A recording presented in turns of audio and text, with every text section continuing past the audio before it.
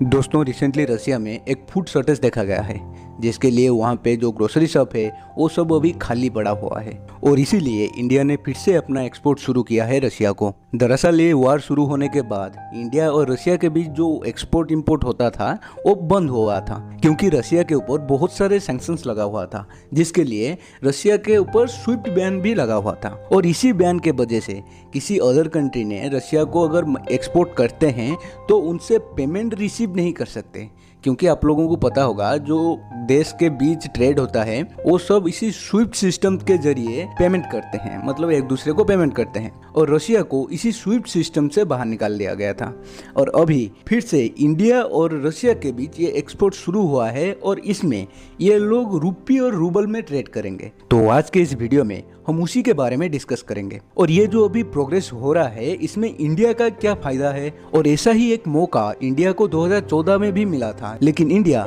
उस वक्त उसका फायदा नहीं उठा पाया और चाइना ने बाजी मार लिया था। तो ये वीडियो शुरू करने से पहले मैं आप लोगों को एक रिक्वेस्ट करूंगा कि प्लीज चैनल को सब्सक्राइब कीजिए, क्योंकि आप लोगों को इस चैनल पे ऐसे ही इंफॉर्मेटिव वीडियोज के साथ साथ वर्ल्ड न्यूज के एनालिसिस भी मिलता रहता है। तो आज का वीडियो शुरू करते हैं। दोस्तों जैसे कि मैं अभी बताया कि रसिया में एक फूड शॉर्टेज देखा गया है, लेकिन आप लोगों के माइंड में ये आ रहा होगा कि रसिया वर्ल्ड में तीसरे नंबर पे है ये गेहूं एक्सपोर्ट करने में, मतलब रसिया में गेहूं बहुत ज्यादा प्रोड्यूस होता है। ऐसे में रसिया में क्यों फूड शॉर्टेज हो गया? तो दोस्तों मैं आपके जानकारी के लिए बता देता हूँ कि रसिया में ये जो फूड शॉर्टेज हुआ है इसका मतलब ये कभी भी नहीं है कि रसिया में खाने पीने का चीज ही नहीं है, मगर ये फूड शॉर्टेज का मतलब रसिया में जो वेराइटीज होता था खाने में वो अभी नहीं मिल पा रहा है, क्योंकि रसिया में ज़्यादातर गेहूं प्रोड्यूस होता है। ऐसे में रसिया ज़्यादातर बाहर के कंट्रीज से अदर आइटम्स इंपोर्ट करता है, मेनली यूरोपियन कंट्रीज। पर ये सैंक्शन के बाद कोई एक्सपोर्ट नहीं कर रहा है और अभी वही सब चीज शॉर्टेज हो रहा है,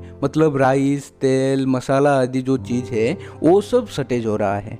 और इसी का फायदा उठाते हुए इंडिया ने अभी एक्सपोर्ट शुरू किया है रसिया के साथ, और इसका जो पेमेंट है वो रुपी और रूबल में होगा। और इसीलिए इंडियन गवर्नमेंट ने हमारा वेरियस बैंक के साथ बात करके ये जो पेमेंट सिस्टम है रुपी और रूबल उसे फाइनलाइज किया है।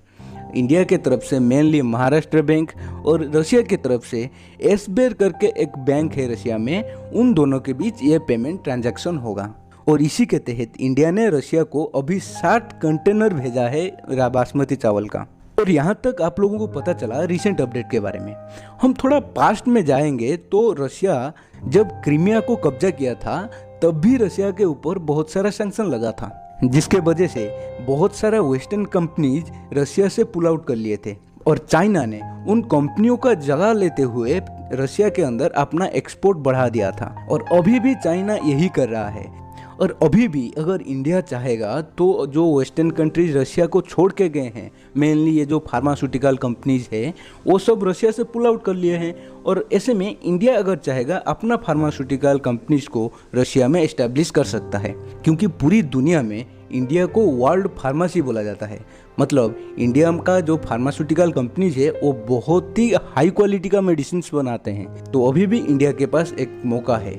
और अगर फार्मास्यूटिकल कंपनीज को छोड़ा जाए तो भी हमारा जो ऑटोमोबाइल सेक्टर है, जैसे कि टाटा, महिंद्रा, ये जो भी कंपनीज है वो लोग भी अपना जो ब्रांचेस है वो खोल सकते हैं रसिया में। और रशियन गवर्नमेंट भी इसे सपोर्ट करेगा, क्योंकि रसिया और इंडिया का रिलेशंस बहुत अच्छे हैं। अगर इसे भी छोड़ा जाए तो रशियन गवर्नमेंट चाहता है कि जो भी कंपनीज रसिया से पुल आउट किए हैं उनका कोई अल्टरनेटिव जल्दी से रसिया में क्रिएट करने के लिए। जैसे कि अभी मैकडोनल्ड छोड़ गया रसिया को, मतलब रसिया से पुल आउट कर लिया, तो रसिया ने तुरंत ही अपना एक कंपनी बना लिया जिसका नाम है अंकल भैनियाज। और ये एक गवर्नमेंट कंपनी है, मतलब रशियन गवर्नमेंट ने ही इसे खोला है, क्योंकि रशियन गवर्नमेंट चाहता है कि उनका जो लोगों का मोरल है वो डाउन ना हो जाए इस वार को लेकर।